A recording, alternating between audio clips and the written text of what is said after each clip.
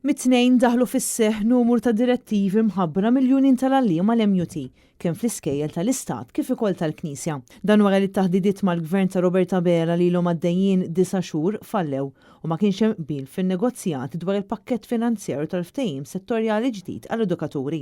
It-tnejn wara nofsinhar uffiċjali tal-MUT kellhom l-ewwel laqgħa ta' konċiljazzjoni mal-Gvern fejn matula l-MUT permezz ta' ittra formali li chairperson tal-konċiljazzjoni spjegat li l-Union mhux lesta tkompli taħli l-ħin f'diskussjonijiet bħal dawn sakemm il-Gvern ma jkunx lest li jipprovdi proposta finanzjarja għaġġornata.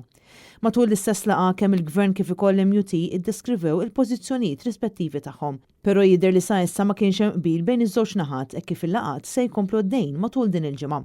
Fost azzjonijiet industrijali mħabbra kien hemm li l-għalliema fl-iskejjel tal-Istat u tal-Knisja m'għandhomx jagħmlu laqgħat mal-ġenituri jew Parents Day. L-edukaturi m'għandhomx jippreżentaw lista ta' attendenza tal-istudenti u m'għandu jkun hemm ebda kuntatt permezz ta' komunikazzjoni online. L-azzjonijiet industrijali jinkludu wkoll strajk ta' ġurnata li mistenni jseħħ it-tnejn 27 ta' Novembru.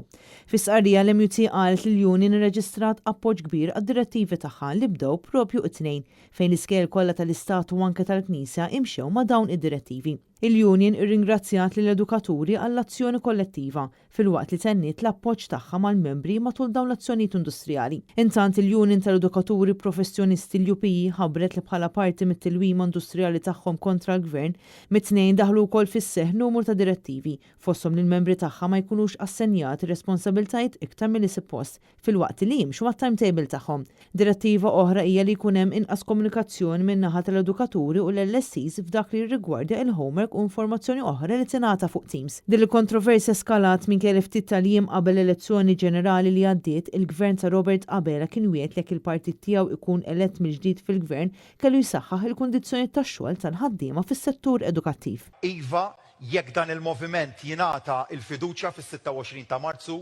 se jkun qiegħed isaħħaħ il-kundizzjonijiet tax-xogħol tal-edukaturi tagħna.